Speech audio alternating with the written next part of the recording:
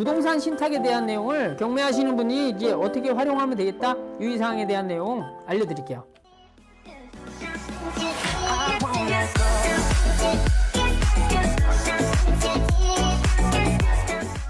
여러분 안녕하세요. 빌딩남자입니다. 베프옥션 경매 멘토. 자, 오늘 주제는 부동산 신탁 대출에 대해서 여러분들이 진짜로 많이 문의를 하세요. 제가 그 영상을 몇 개 올렸는데 그거에 대해서 이제 문의하시면서 부동산 일반 매매하는데 때로는 지금 가지고 있는 부동산을 뭐 신탁 대출로 이렇게 바꿀 수 있냐 뭐 이런 얘기를 많이 물어보시는 거예요. 그래서 그거에 대한 어떤 신탁에 대한 부동산 신탁에 대한 내용을 좀 전체적으로 간략하게 여러분들께 좀 말씀을 드려야 되겠다 이런 생각을 하고, 그다음에 경매하시는 분이 이제 어떻게 활용하면 되겠다 유의사항에 대한 내용 알려드릴게요. 자, 일단 신탁이라는 거에 대해서 여러분들이 크게 개념을 잡아야 돼요. 그건 뭐냐면 제가 예전에는 이제 뭐 신용을 부탁한다 뭐 이렇게 해가지고 내가 개인적으로 대출 받으려고 하면 잘 안 내주니까 신탁회사에부터 신용을 부탁해가지고 당신이 좀 대신 이렇게 대출 좀 많이 받아줘요 라고 하면은 이렇게 대출이 많이 나온다 이런 개념으로 간단하게 여러분 이해하기 쉽게 얘기한 적이 있는데, 그냥 사전적인 의미로 이렇게 좀 더 들어가면 탁자는 이제 쉽게 말해서 의탁하는 거예요. 그러니까 기본적으로 여러분들 자산이 부동산 때문에 자동차 무슨 골동품 뭐 가지고 있는 게 뭐가 있어. 근데 이게 현금이 아닌 거죠. 그러면 그거를 이제 신탁회사에 부탁을 합니다. 그러면 신탁은 신탁 자산을 운용하는 회사예요. 그러니까 금융권이라고 보면 되는데, 어쨌든 그런 걸 맡아가지고 이제 막 자기들이 막 뭘 해가지고 이익을 남겨가지고 이제 위탁자, 그러니까 내가 부탁한 사람, 신탁회사는 수탁자, 받은 사람, 맡긴 거를 받은 사람, 이걸 수탁자랑 받을 수로 해가지고 그렇게 진행이 됩니다. 우리는 지금 해야 될 거는 이제 부동산 신탁에 대해서 좀 대략적인 전체적인 내용을 말씀드릴게요. 부동산 신탁은 뭐냐면 여러분 생각해 보세요. 부동산을 하려면 부동산으로 수익을 내려면 어떤 방법이 있습니까? 부동산으로 수익을 낸다는 거는 처음에 개발하는 게 있죠. 그러니까 땅만 있으니까 이거 부동산이긴 한데 뭔가 개발하려고 뭐 건물도 짓고 뭘 하고 개발하는 게 있고, 개발한 다음에 어떻게 돼요? 관리를 해야 되겠죠. 관리를 하다 보면 돈이 필요해. 그러면 어떻게 돼? 담보로 돈을 빌려. 그 다음에 또 어떻게 해요? 매각해요. 매매하겠죠. 이런 네 가지 부동산을 가지고 수익을 내는 방법들이 있어요. 근데 이거를 잘 못하는 사람들이 신탁회사에 그냥 이 네 가지 방법 중에 하나를 맡겨버리거나 전체를 다 맡겨버리거나 뭐 이렇게 하고 있어요. 다시 말해서 이제 부동산 개발을 한다는 거에 대해서는 내가 땅을 가지고 있는데 여기에 도대체 무슨 건물을 어떻게 지어가지고 어떻게 수익을 내는지 이런 거 잘 모른단 말이에요.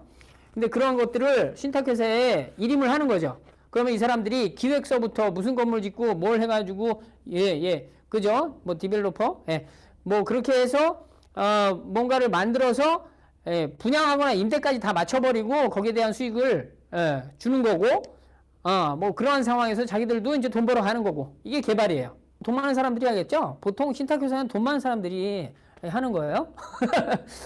자, 그리고 또 뭐가 있어요? 관리에 대한 내용은 이것도 부동산 예를 들어 건물을 크게 가지고 있어. 근데 관리하기가 부적절해. 뭔가 이제 해외에 나가야 되고, 뭔가 이제 진력이 나가지고 이제 세입자 상대하기도 싫고, 이러면 관리를 맡기는 거예요. 보통 큰 빌딩 같은 경우 이렇게 관리하거든요. 그리고 관리를 딱 맡기면 거기서 관리해가지고 수익 나오는 거를 위탁자한테 주고, 그 다음에 수수료 받고, 이렇게 되는 건데, 이거는 이제 큰 재산 가지고 있으신 분들이 이제 요즘에 이민 가는 분들이 있어요. 이민간들 아니면 해외 오랫동안 나가 계시는 분들. 그런 분들이 이제 맡겨놓고 그거에 대한 이익을 좀 받아가는 이러한 상황으로 진행하시는 경우, 뭐 이런 경우가 있고, 그래서 그렇다는 겁니다. 그리고 이제 담보에 대한 내용인데, 부동산 담보 신탁. 이게 이제 우리 경매하는 사람들이 지금 많이 하는 거예요. 처분에 대한 이야기. 이제 매매하거나 이제 내가 이제 부동산을 처분하고 싶어. 그러면 이제 내가 막 뭐 매매한다고 뭘 왔다 갔다 하는 게 아니라 신탁회사에 탁 맡겨가지고 네가 처분해서 알아서 돈 줘라. 이렇게 하면 되는 거예요. 수수료 주고. 뭐 그런 상황이에요. 뭐 간단하겠죠? 그러니까 부동산 신탁에 대한 내용은 이렇게 개발하는 거, 관리하는 거, 처분하는 거, 그리고 담보로 잡아서 대출받는 거, 이런 개념이 있습니다. 아시겠죠? 그래서 신탁은 이제 여기 제가 조금 더 알려드릴게요. 특징. 부동산 신탁의 특징은 뭐냐면 여러분들 한번 받아보신 분들은 아셔요. 내가 소유자가 됐어요. 소유자가 됐는데 등기부등본 딱 띄워보면 갑구에 내가 마지막 줄에 나와야 되잖아요. 근데 마지막 줄이 안 나오고 내 밑에 신탁회사가 이름이 딱 써 있어요. 그게 이제 특징이죠. 그러면 일반인들이 딱 보면 내가 주인이 아닌 거예요. 우리가 부동산 담보신탁 받을 때 경매로. 어쨌든 모든 신탁이 다 그렇게 진행이 되는 겁니다. 그래서 이제 그게 특징이죠. 네. 일반 사람들이 탁 보면 이거 신탁회사 물건이구나. 내게 아닌구나. 이렇게 보는 거죠. 네. 그다음에 이제 목적은 신탁회사가 뭘 하는 거냐면 이제 수익 내고 본인한테 돌려주는 거예요.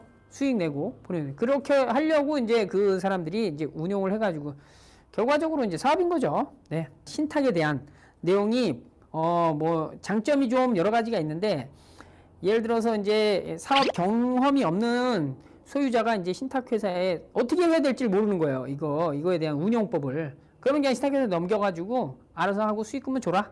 수수료 네가 가져라. 이렇게 간단한 거죠. 예. 그 다음에 이제 때로는 이제 우리가 지금 얘기하려는 담보, 때로는 양도하면서 이제 자금 마련하는 이러한 상태. 자금 마련하려면 신탁하면은 좀 더 많이 나오니까.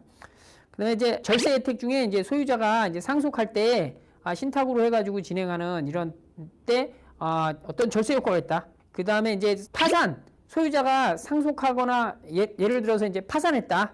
근데 이제 이게 신탁 거예요. 위탁자가 아니라 수탁자 거니까 그거에 대한 어떤 뭐라고 해야 돼? 소유자가 별 영향이 없는 거예요. 이런 것들은 사업을 하시는 분들이 계속 생각하는데 솔직히 우리 경매하고 이렇게 하는 분들은 딱히 뭐 그런 걸 뭐 마음에 둘 건 없죠. 그죠? 아무튼 임차인이 이제 또 이렇게 보면 돼요. 예, 이게 임차인이 제가 임차인이야. 근데 어떤 사람하고 이제 이게 그 부동산을 계약을 하려고 그래. 근데 그 부동산 소유자보다는 신탁회사로 하면 그 신탁회사가 믿을만한 회사잖아요. 믿을만한 큰 회사란 말이에요. 그렇기 때문에 임차인도 더 안정감을 갖고 계약할 수 있는 상황이 돼요. 그런 어떤 장점들이 있어요. 예. 자, 그 솔직히 이런 신탁의 뭐 특징, 뭐 개념, 뭐 이 전체적인 내용, 뭐 이 장점, 뭐 이런 거를 우리가 굳이 그렇게 알 필요가 뭐 있겠어요. 그런 건데, 그러면 솔직히 저는 경매하는 사람이고, 지금 저하고 같이 이 영상을 보시는 분들도 경매를 어느 정도 해가지고 쉽게 말해서 부동산을 싸게 산다. 어떤 자금으로? 소액 자금으로. 부동산은 원래 부자들이 하는 재테크예요. 부자들이 왜 한다고요? 시간과 돈이 많아서. 시간과 돈이 많아요. 우리 서민들은 부동산 재테크를 절대 할 수 없어요. 왜? 시간과 돈이 없어서. 정말입니다. 본인이 서민이시면 부동산 투자하면 안 되는 거예요, 원래. 근데 우리가 경매로 할 수 있는 내용은 뭐예요? 대출이 많이 나오기 때문에 소액으로 부동산 투자를 할 수 있습니다. 그런데 이제 신탁담보대출을 하면 뭐예요? 거의 일반 대출할 때보다 훨씬 많이 나오는 거예요. 이 경매로 부동산 신탁대출을 받는다. 경매 낙찰 잔금 대출을 신탁대출을 받는다라고 하면 낙찰가에 기본적으로 뭐 70, 80 나오는데 이거 90%까지도 가능해요. 저도 초반에 이제 그렇게 해서 신탁대출을 받아가지고 했어요. 그때 근데 이제 신탁대출 받으면 요즘에 이제 우리 경매하는 교육생들도 그렇게 하시는 분들이 있는데 그런 게 우려되는 거죠. 신탁하면은 부동산 전세나 월세 이런 것들이 잘 안 나간다던데요. 월세 특히 이런 게 안 나간다던데요. 이렇게 얘기하죠. 그러면 제가 얘기하죠. 그 안 들어오는 사람한테는 월세 안 준다고 이렇게 얘기하는데 이게 경험이 없으신 분들은 이게 너무 두려우는 거야. 들어오려고 하는데 신탁 때문에 안 들어온다고 자꾸 얘기를 하면은 몇 번 그렇게 캔슬하면은 되게 이제 멘탈이 무너져가지고 이거 큰일 났다고 나 신탁으로 받으면 안 되는 건데 막 이런 얘기 하는데 그런 것들은 제가 또 우리 교육 시간에 우리 교육생들한테 얘기 드리니까 그리고 이제 왜 받았어요? 왜 받았어? 그거를 내가 대출이 없으니까 내가 구하니까 받은 거예요. 내가 돈이 많으면 꼭 신탁 대출 안 받고 그냥 하면 되고 진짜로 돈이 많으면 대출 안 받고 그냥 내 돈 내고 그냥 하면 되는 거잖아요. 근데 돈이 없는데도 뭐 아까도 얘기했듯이 부자가 아닌 서민인 내가 부동산 투자를 하려고 하면 대출을 많이 끌어야 되는데 신탁이 최고로 많이 끌어당겨서 준다는 거예요. 그렇기 때문에 수수료 내고 최대한 많이 끌어당기면 수익률이 높아지니까 우리가 그런 것들을 했다. 저 같은 경우 그렇게 했다. 임대가 안 나가는 건 어떻게 돼요? 나가게끔 해야 되는 거죠. 나가게끔. 여러분 뭐 안 되는 일이 많잖아요. 세상에. 근데 되게끔 만들어야 되잖아요. 예, 여러분 돈 벌기가 쉽습니까? 어렵습니까? 어렵죠? 그럼 여러분 돈 벌기 어렵다고 해서 돈 안 벌어요? 어떻게 해서든 돈을 벌잖아요. 그러면 어떻게 해서든 월세를 나가게끔 만들면 돼요. 그러면 어떻게 돼요? 나가요. 세상 일은 다 이렇게 되는 거거든요. 네, 여러분들도 좀 뭔가 안 되는 일을 이제 되게끔 하세요. 그게 이제 처음에 아무것도 모르면 너무 힘드니까 주변에 아시는 분, 그런 경험이 있으신 분들을 그냥 막 쫓아다녀서 막 가르쳐달라고 그래요. 진실하게 이렇게 도와달라고 하면 그 길을 가보신 분들은 웬만한 분들은 다 알려줘요. 네. 자, 우리 세상 아직 살기 좋은 세상이에요. 네. 그죠? 자, 그래서 이제 이 신탁대출을 활용하는 사람은 자금이 부족한 사람. 왜? 대출이 많이 나오니까 자금 부족한 사람을 활용하면 최고예요. 예. 근데 그 자금 부족한 사람 중에서도 다가구 하려는 사람, 근린주택 하려는 사람이 제일 좋습니다. 저도 그 다가구나 근린주택에 대해서 신탁을 많이 했거든요. 왜 그러냐면 다가구 같은 경우는 방백이 나오면은 전체 낙찰가에 보통 50% 채 안 되게 45% 정도밖에 대출이 안 나와요. 방이 많으니까. 근데 근린주택도 많죠? 마찬가지죠? 1층 정도 상가구 2, 3, 4층이 주택이다. 1, 2층 상가구 2, 3층이 주택이다. 막 이러면 주택 방배기가 막 진행이 되면 상당히 많이 안 나온단 말이에요. 그 대출이. 그러니까 그런 것들은 내가 조그만 다가구나 근린주택 사가지고 이제 노후에 뭔가 이게 이렇게 하고 싶단 말이죠. 근데 비싸. 통째로 가야 되니까 다가구나 근린주택 하시려고 하는 사람들이 될 수 있으면 신탁대출을 받아가지고 진행하면 초기 자본금이 많이 안 든다. 또 중요한 건 세가 잘 안 나간다고 얘기하시잖아요. 그러면 저 같은 경우는 이런 이 비싼 동네는 솔직히 5억 갖고 그런 거 다 가고 근린주택 어떻게 사요? 그죠? 근데 좀 중소도시 이런 데는 다 가고 괜찮은 데 있거든요. 괜찮은 데 있으면 돈 돼요. 그러면 그거를 해가지고 월세를 받는다? 이러한 상황으로 만들면 월세 보증금을 아주 낮게 잡는 거예요. 뭐 지방 같은 경우는 월세 50만 원 넘는 경우 거의 없어요. 별로 없어요. 그러니까 30에서 50만 원 사이, 예를 들어서 40만 원 정도다. 그러면 보증금 기본적으로 10배니까 400만 원 정도 받는데 저 같은 경우 그냥 200만 원 받아요. 200만 원 받고 원룸이나 투룸 계약서 할 때 특약사항에 명도하기 전에 예를 들어서 소송하기 전에 특약사항으로 이렇게 넣는 거예요. 특약사항으로 만약에 3개월 이상 뭘 안 내고 어쩌고 저쩌고 하면 제가 짐 뺀다! 이런 특약사항을 넣어가지고 진행을 하면은 상당히 깔끔하게 진행이 되고 지방에 있는 다가구나 근린주택이니까 제가 가기 어렵잖아요. 그러면 초반에 신경 써가지고 부동산을 많이 알아보고 시세조사 할 때도 그렇지만 임대할 때도 많이 알아본 다음에 그 중에 제일 괜찮으신 부동산 사장님이 있어요. 그러면 그분하고 연락을 해가지고 관리를 좀 부탁합니다. 관리를 부탁하면서 관리를 해주는 그 내용에 대해서 부동산 사장님들이 다 알아요. 어느 정도 주면 관리해 주시는지. 그거보다 조금 더 줘.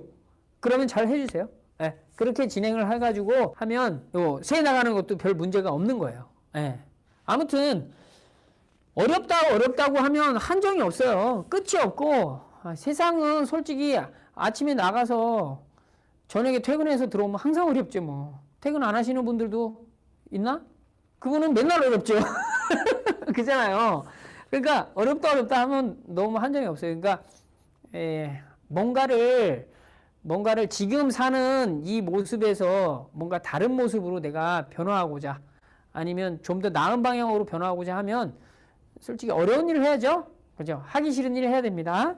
그런 거예요. 그래서 이제 활용법, 신탁대출 활용법에 제가 알려드리는 최고의 경매 신탁대출 활용법은 다가구나 근린주택 하시는 분들이 받으면 제일 좋다. 거의 보통 50%까지밖에 안 되는데 대출이 50% 이하로 되거든요. 근데 한 85% 정도 받았거든요. 저는 그러한 상황으로 진행될 수 있다. 이런 거죠. 그런 분들이 활용하면 정말 좋다.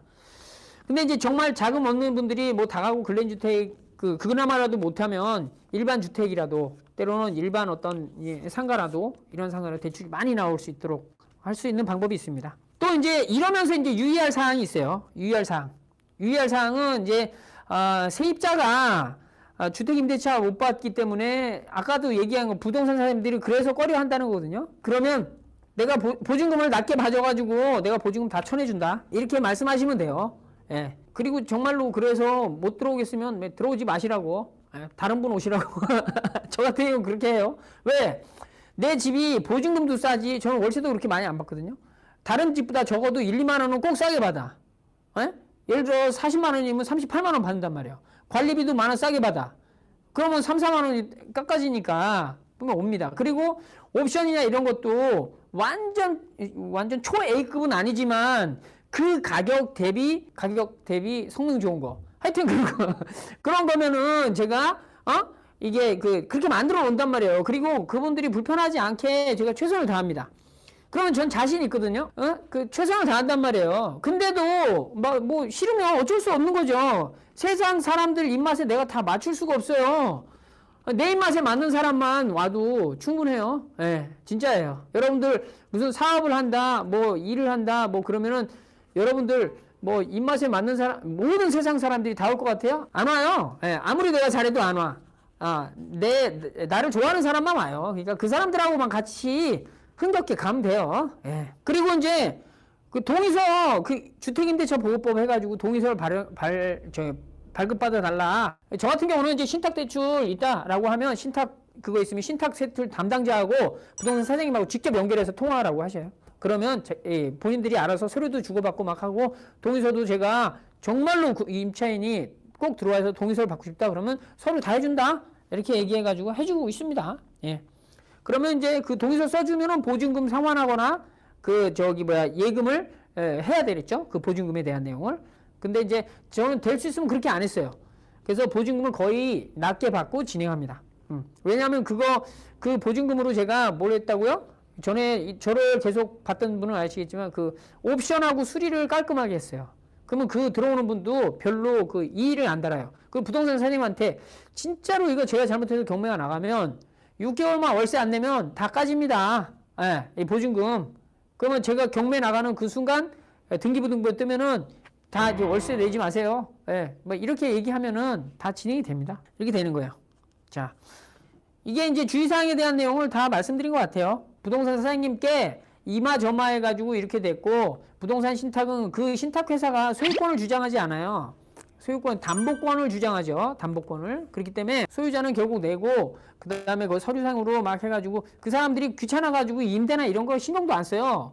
뭐 수리하면 날 보고 고치라고 그러지 지들이 안 고쳐줘. 소유자다고. 그러니까 신탁 그 사람들은 이제 그냥 돈 빌려주려고 한 거다. 이런 거를 부동산 사장님한테 잘 인식시키고, 그 부동산 사장님이 그걸 인식을 어느 정도 하면 원하시는 서류는 등기부등본 막 그런 거 바로바로 보내드리고 사진 찍어서, 그리고 이제 그런 어떤 수고에 대한 내용을 여러분들이 좀 더 감안해서 복비 밥이라도 한 끼 더 드시라고 좀 더 드리고 그러면 서로 기분 좋고 잘 됩니다. 여기까지가 이제 신탁 대출에 대한 내용을 어느 정도 제가 부동산 신탁에 대한 내용까지 이렇게 정리해 가지고 경매하시는 우리가 활용하는 신탁 대출 활용하는 방법 제일 좋은 거 제가 느끼기에, 그리고 이제 거기에 대한 유의사항에 대한 내용을 말씀드렸어요. 네. 정기 방송입니까? 다음에는 언제 하시는? 예.